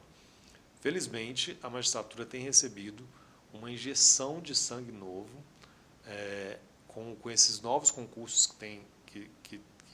que tem saído na última década aí, de 2010 para 2020, entraram quase 1.000 juízes novos, e novos, não só novos na magistratura, mas novos de idade. Né? Alguns já entraram com essa juizite. Já teve casos que foram nomeados, nem tomaram posse, já falaram assim, eu sou juiz. Juizite, eu gostei dessa palavra. Já entraram com esse vício. E ao mesmo tempo que a gente fala assim, poxa, que triste para a gente um juiz entrar já com essa juizite. Não, esse que está entrando com essa juizite, poxa, tadinho, porque ele vai apanhar na vida. Quando ele for para uma comarca sozinho, no interior, uma comarca vara única, e pegar todos os casos com essa superioridade, ele não vai sobreviver. Porque hoje, o comum hoje, a ideia hoje é de igualdade. Igualdade entre o judiciário, Ministério Público, advocacia, e não é ideologia. E aí eu falo para a advocacia. Advocacia, não abaixe a cabeça. Não se sinta o vira-lata. Não se sinta inferior. Você não é mais que o judiciário, mas você não é menos que o judiciário. A gente tenta mostrar sempre o equilíbrio, porque todo mundo ali é sujeito do direito para poder buscar uma solução do problema. Então, da mesma forma que a gente tem que buscar uma maneira de que tenha uma conscientização, que os juízes enxerguem que ali não há uma questão de superioridade, você está no poder judiciário. Você tem uma parcela da jurisdição, mas o poder não é seu. O poder é do povo. Emana do povo, sem O poder dúvida. é do povo, o poder não é seu. Então você não é mais que o outro. Você exerce uma função maravilhosa, a função do juiz é essencial, é sofrida, Sim. é bem sofrida, né? Porque a gente vê muitos casos de juiz com quadros depressivos, juiz que larga, porque às vezes não, ou outros que largam a magistratura porque não dá conta. Síndrome de Burnout também, né? Demais. O burnout, como alguns falam. Demais, é muita coisa. Exatamente, tem isso demais. Né, que é o excesso de trabalho. Tem vários casos. Que é o excesso de trabalho, mas a gente também tem que mostrar para o advogado e falar assim, advogado, você não é inferior. Você não precisa ter síndrome de vira-lata, você não precisa baixar a cabeça, você está igual, você é igual. Então, mas também não é mais. Não tem que chegar e falar assim, quem é? Eu lembro de uma amiga minha que falava assim, eu vou dar voz de prisão para o juiz. Não vai. Não precisa dar voz de prisão. Primeiro que ela não vai conseguir, porque tem só o procurador-geral ia poder fazer isso, porque ele tem foro de prerrogativa e tudo mais. Mas segundo, que para que eu vou dar voz de prisão para o juiz se eu consigo tentar resolver na conversa? Ah, mas ele está brigando comigo, ele não tem essa civilidade que eu tenho. Então vamos tentar ensinar esse juiz a ter essa civilidade, com empatia, com conversa, com humildade. Pode ser demagógico, mas se a gente praticar isso com frequência, a gente consegue. Eu queria eu vou usar até uma expressão do Rodrigo, pegando um gancho nessa sua fala, e aí eu concluo o seguinte, e eu acho que é muito importante. Combinamos de usar a expressão e ficar atrás do negócio. E é muito importante, e é muito importante para toda a advocacia que nesses casos, como o Pete mesmo falou, infelizmente, existem alguns juízes que precisam ser moldados nesse sentido, né? De entender que ali não existe superioridade, né? E aqui, o que eu queria falar?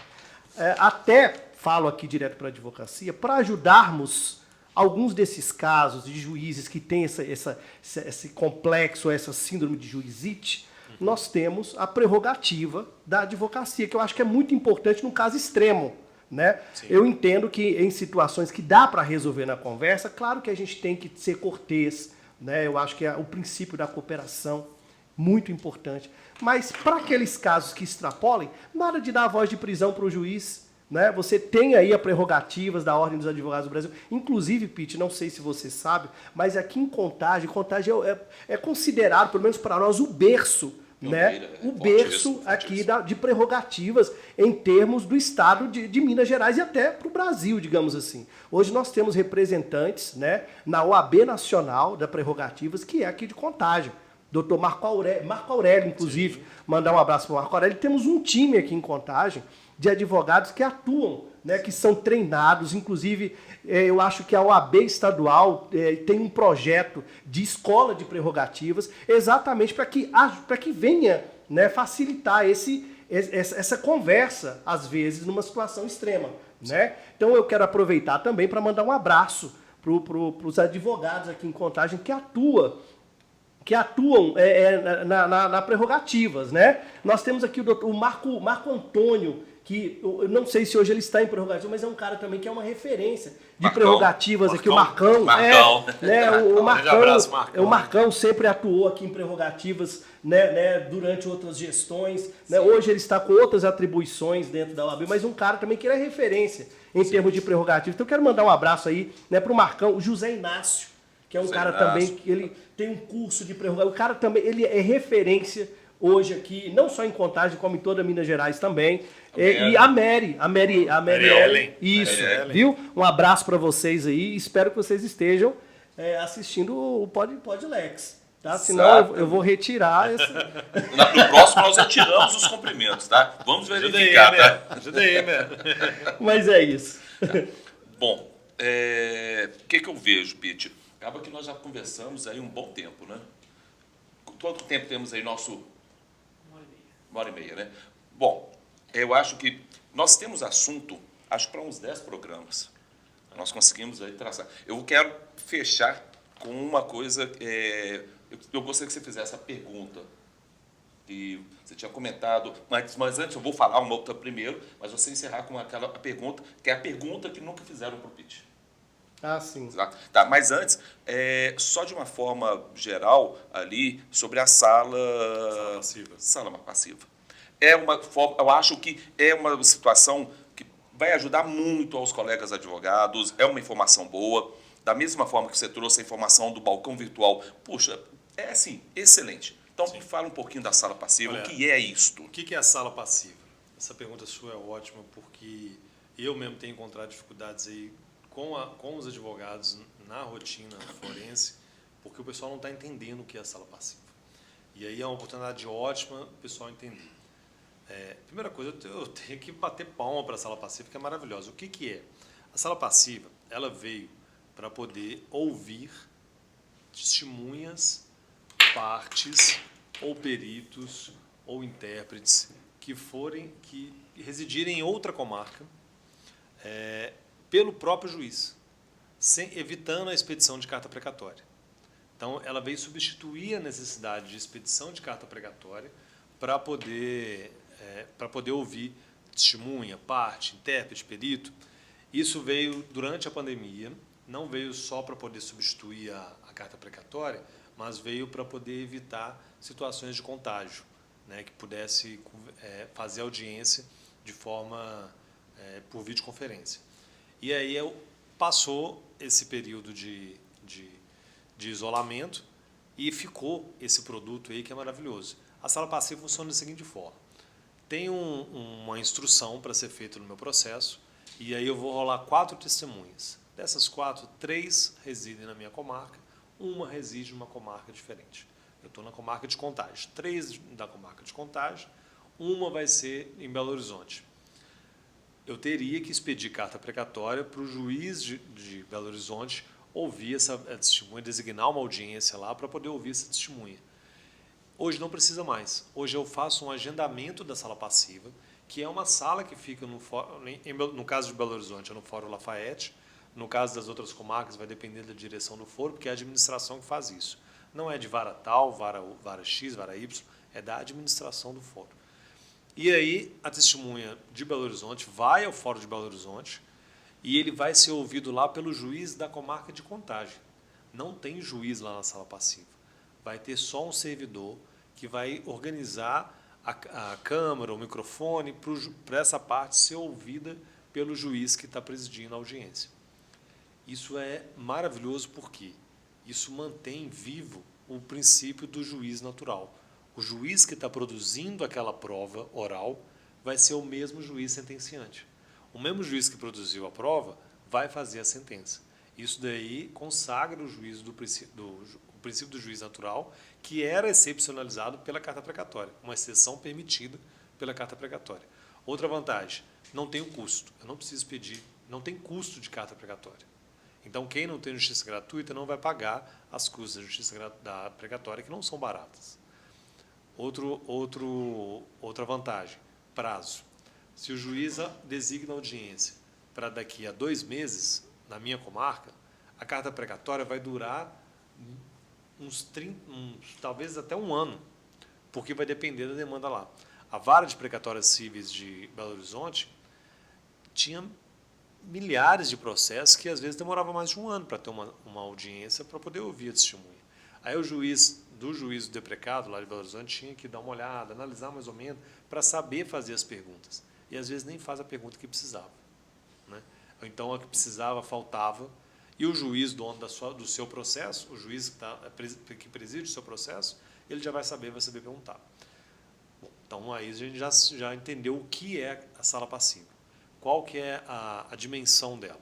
Minas Gerais, quase todas as comarcas já estão instaladas, ainda não tem todas, mas está ampliando cada vez mais essa sala passiva.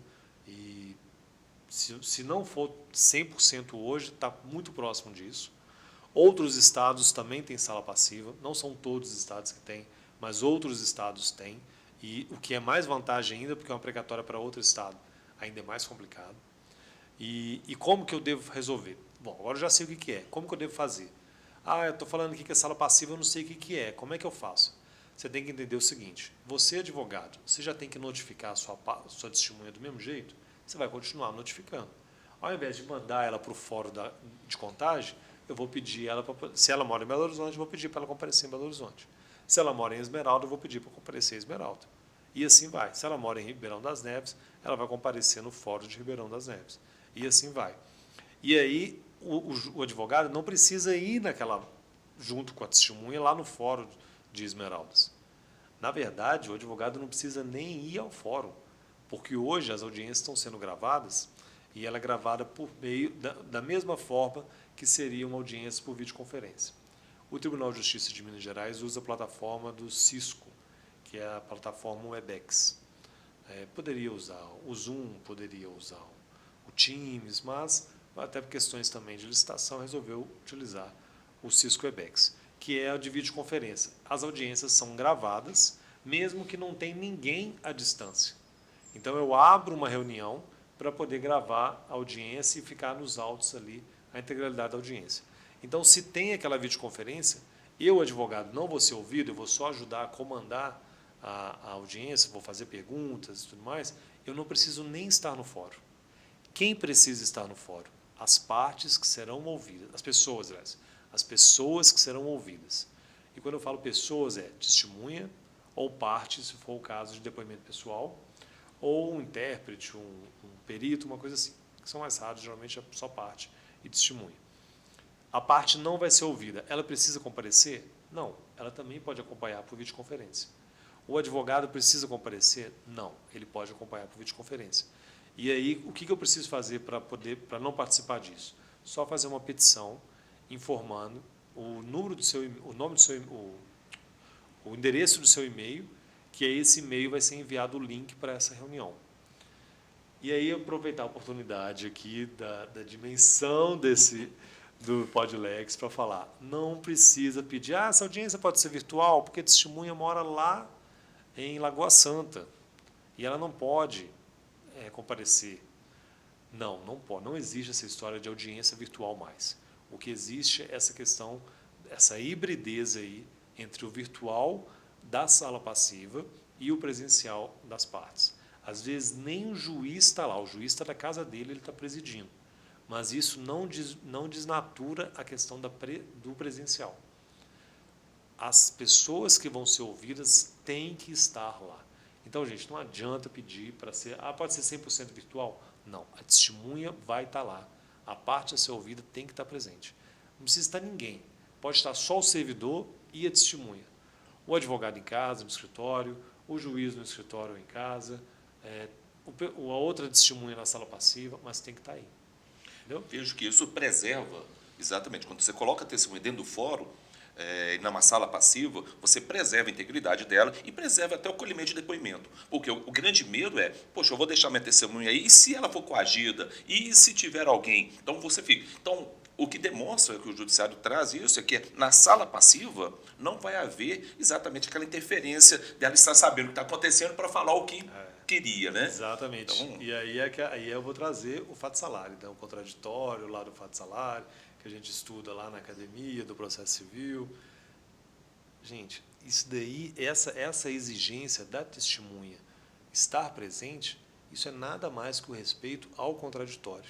Sem E dúvida. o Fábio Salari nem viveu para poder ver audiência virtual. E aí o professor que só estudou o Fábio Salari não vai conseguir enxergar o contraditório nesse ponto. Por quê? Porque se eu tomo uma testemunha dentro do escritório e que ela está de frente para a câmera e atrás da câmera está um advogado ou uma outra pessoa indicando, Diabinho, guiando o diabinho ali falando o que tem que falar, eu estou ferindo o contraditório, porque a outra parte vai sair prejudicada. Porque eu sou advogado do autor, eu arrolei uma testemunha, para produzir uma prova oral, que uma vez que ela é produzida, a prova não é minha, a prova é do processo. A prova é dos autos. Então, se eu estou viciando aquela prova ali, eu estou ferindo o contraditório. Então, muita gente fala assim, poxa, excelência, mas a senhora não está colaborando, pô, mas o que custa? Olha os novos tempos. Não, isso é um respeito até para a parte contrária e até para ela mesma, porque hoje eu estou fazendo para ela. Amanhã a outra parte vai pedir e ela vai ficar prejudicada. O advogado tem que ter ciência disso.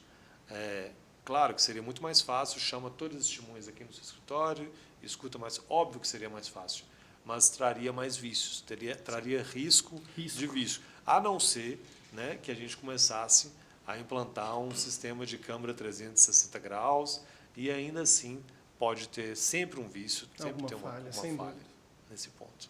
Muito obrigado. Muito obrigado aí. Damião? Estamos chegando então ao final, né? Estamos chegando ao final de mais um Podlex. Como dizia no jogo,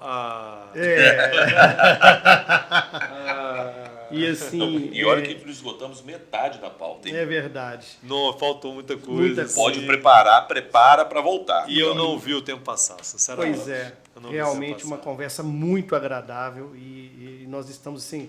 Eu, pessoalmente, aprendi muito com essa para mim, foi uma aula que o Pete Valverde nos deu hoje aqui. Então, muito obrigado, sabe, por nos prestigiar. Mas antes de nós finalizarmos ainda, eu gostaria de fazer uma última pergunta, né? Se dá para dá para perceber que você fala com tanto, sabe, com tanto amor, né? Com tanta convicção e isso é muito bom. Se você não fosse do direito, se você não tivesse seguido essa área jurídica, qual área você teria seguido na sua carreira? Interessante isso aí que você perguntou, porque eu amo direito, eu gosto muito do direito. Essa pergunta nunca me fizeram assim, se você não trabalhasse no TJ, o que você faria? Você tem vontade de advogar? Você tem vontade de ser outra coisa? Você tem vontade de ir para a procuradoria, para outra coisa? Mas outra coisa não haviam me perguntado ainda. Quando eu era criança, o sonho de criança, né, o que você quer ser quando crescer? Eu não pensei em ser advogado, nem ser juiz, nem nada, nem servidor do TJ, nada. Eu queria ser motorista de caminhão ou dono de bar. Dono de bar? As referências que eu tinha. Eu tinha um tio que era... Isso aqui é para coroar mesmo de final. Cara, eu tinha um tio que ele tinha uma carreta que era a coisa mais maravilhosa do mundo. Era uma Scania, coisa linda.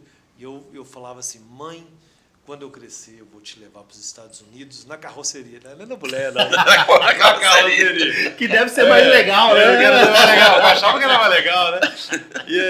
E aí o outro tio que eu tinha era dono de bar. E eu pensava, e toda vez que eu ia lá no bar, eu falava assim, ei, tio, benção. Ele, ei, meu filho, vem aqui, toma um refrigerante. Aí toda vez que eu ia lá, ei, meu filho, vem aqui, toma um refrigerante. Eu falava assim, nossa. Eu tenho que ter um bar. E ele era muito gordo, e na minha cabeça eu pensava assim, nossa, ele é muito gordo, ele come muito bem, ele é muito rico, muito isso. Então eu falei, você é dono de bar. Aí depois eu vi o meu outro tio, não, você é caminhoneiro, você é aventureiro. Aí depois, claro, eu fui crescendo, vendo que são profissões maravilhosas, mas o buraco é mais embaixo, que valorizo muito os caminhoneiros, valorizo muito o empreendedor de bar, mas são duas profissões muito difíceis, que eu não teria força para isso, né? Eu valorizo bastante. Eu acho que isso talvez... Hoje eu estou fazendo minha segunda graduação, estou fazendo graduação em psicologia, e eu entrei pensando em aplicar a psicologia no jurídico também, no direito. Muito bom. Né? talvez não só na psicologia jurídica, mas mesmo que eu não aplique essencialmente a clínica no direito, mas até mesmo como uma maneira de aprender a ter um outro olhar, a enxergar com um outro viés, porque eu acho que muitos dos problemas que a gente trouxe aqui são questões de ordem psicológica, que pode resolver.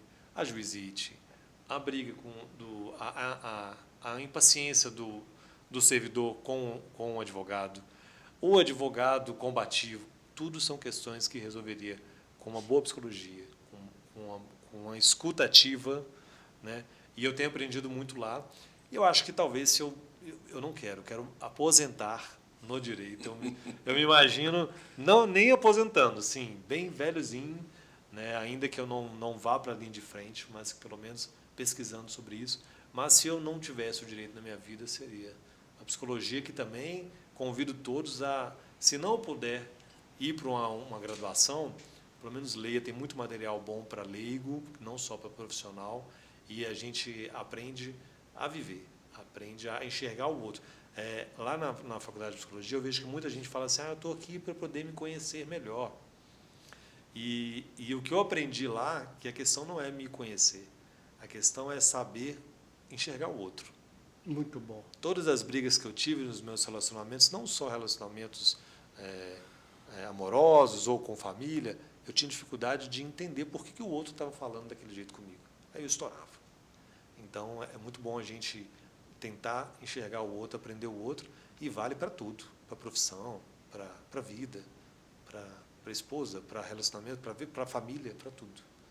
E aí fica aí, convite aí, vamos estudar psicologia também. Top, top, top, top. Bom, estamos caminhando, né, para o final. Pete, muito obrigado. Agradeço a sua presença. Agradeço, Rodrigo. Enfim, teríamos conversa aí para a noite toda e passar. Bom, o Damião, como nós temos aí sempre uma lembrança para o nosso convidado, né, Damião? Opa. Por favor, faça as honras. É a nossa eu vou gostar muito. tradicional caneca do Podlex, tá? que Para você coisa tomar o quê? O café? Café, o suco, Café o não chá. pode faltar. Tomar também o que o Damião está tomando, eu não sei. Então, fazer aqui essa entrega e agradecer mais uma vez, tá? Muito obrigado. Obrigado. Obrigado mesmo. Obrigado. Pete, muito obrigado. Bom, gente, eu também quero agradecer muito a oportunidade de estar aqui. Para mim, o papo voou. Eu peço desculpas se algum momento não, vários momentos, né? Eu fui muito prolixo, muita coisa, porque é um assunto que eu gosto muito, que eu amo muito, eu respiro isso com muito amor, e eu fiquei muito feliz aqui com a oportunidade, porque isso vai nos ajudar bastante. Sim. Né? Eu não estou aqui só para poder ajudar quem puder ouvir, mas isso vai nos ajudar bastante. Agradecer muito, Ruli, minha irmã, tem coleção de caneca, vai morrer de inveja. Morrer de matar você de inveja, entendeu? E dizer que estou lá na 4ª Vara Civil de Contagem, sempre que alguém precisar, estamos à disposição, a gente está lá, nós somos servidores da sociedade, a gente está lá para servir quem precisar de ajuda, precisar de não podemos dar opinião de processo, viu, gente? A gente não pode... desculpa, só para fechar, eu esqueci de falar, uma coisa que acontece demais. Aqui, eu estou com um problema assim, o que você acha que eu devo fazer? Isso a gente não pode fazer. Infelizmente, a gente não pode fazer. O que a gente pode fazer é o seguinte, mostrar no rito ali, assim, que às vezes a gente que tem... eu estou com um alvará, eu estou com uma ordem de alvará, o que eu faço agora? Aí você pode falar, você faz isso, faz aquilo. O que acontece muito, eu falo assim, olha, eu juizei uma ação, o réu virou e falou isso para mim, e agora, o que eu faço? Como é que eu rebato isso? Isso a gente não pode fazer. Então, gente, opinião a gente não pode dar. Consultoria, né, que a gente chama de consultoria, a gente não pode dar.